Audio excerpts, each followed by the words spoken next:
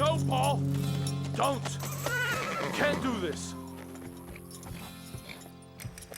You don't have to do this, Paul. You've won.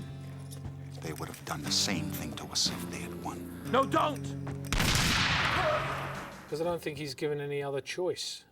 Because the guy goes past the bounds that he's going to actually hurt other people. I think Mac was always one that a lot of the time it was grey for him, and the more problems he had, the more definitive he became about the solution. It didn't mean he didn't ask the questions, but to him it's a matter of life and death. Most things were life and death to him. And if this guy is going to be causing life and death to others, then at least Mac had the opportunity to try and stop him from doing it one way or another.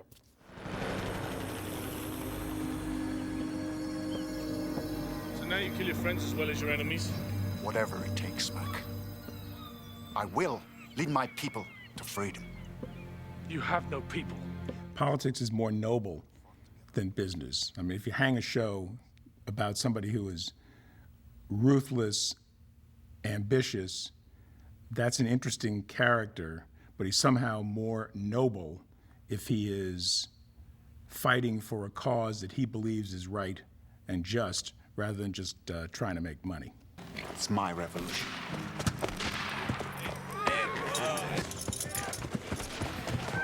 The Emperor's finished, Paul.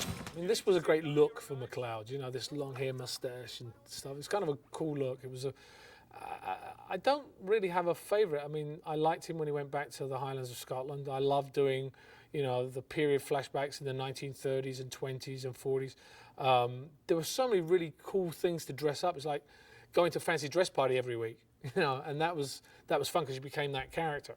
It was just so rich with stuff for you not to like, for you to like, rather than not to like.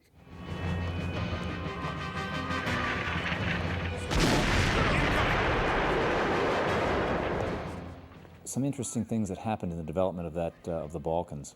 There was an awful lot of available reference on it, but what we needed was a massive amount of devastation. So what we did was we chose an industrial site that was being torn down selectively, and then added our own pockmarks and bullet holes and mortar hits all down the street. We had wrecked cars that we brought in and bits of a cable car that we had used from another show. And we dressed an entire street, and I don't think all of it was shot, but we did do a huge long L that allowed for the movement of the troops up the street and with another car passing. I think the only Eastern European car that we could find was a couple of Ladas, and we got those in, and we took the paint off them and had them sort of rolling through. And the environment worked reasonably well, although, you know, again, there's the factor of how much time you have to dress and undress a location for one establishing shot. And we did as much as we could there. Then we moved the scene of him rousing his troops to an interior. And that's when the secret police guys brought in and executed. And that was an existing location that we used. And that was the beginning of the Balkans pieces. Pulse is 130 and shallow. Okay, but Shocky's skin is moist and cool. What's hanging? 2 large 4-IVs of ringer. What's his name? Stefan Rotolo. He's a priest. Well, clearly there was a loss in McLeod's life when Tessa died. And while not wanting to replace Tessa, really, because nobody really could replace Tessa, we thought that the process of somebody, not an immortal, meeting McLeod, finding him fascinating, and then gradually finding out about his life and making a choice about his life once she found out about it, would be an interesting journey to take the audience on. Right through the camera. What, you mean me? Oh, unless you're the one with the special dispensation from the Pope.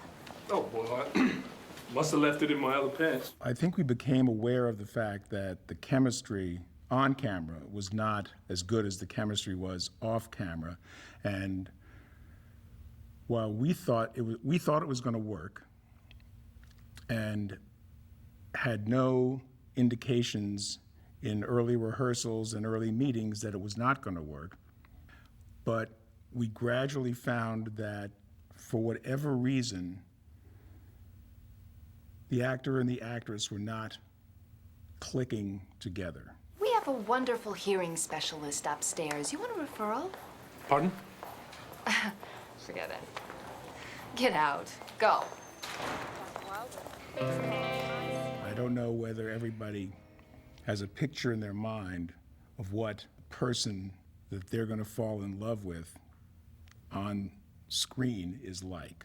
And even though people might pretend that they don't, I think perhaps sometimes they do. And in fairness, Tessa is a very tough act to follow.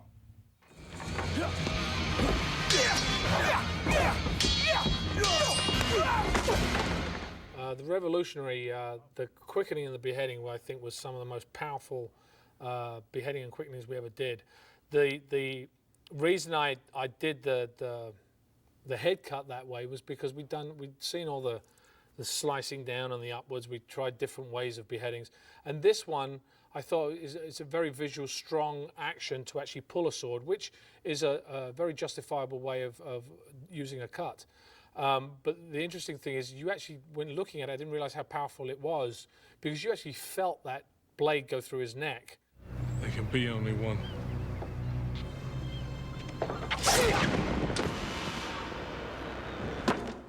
And the quickening, my goodness, that was that was something else. I was standing on this cargo crate, which inside was filled with explosives, and behind me, probably about 30 feet, were explosives. And when that thing went off, the entire container shook, and I could feel like this heat behind me.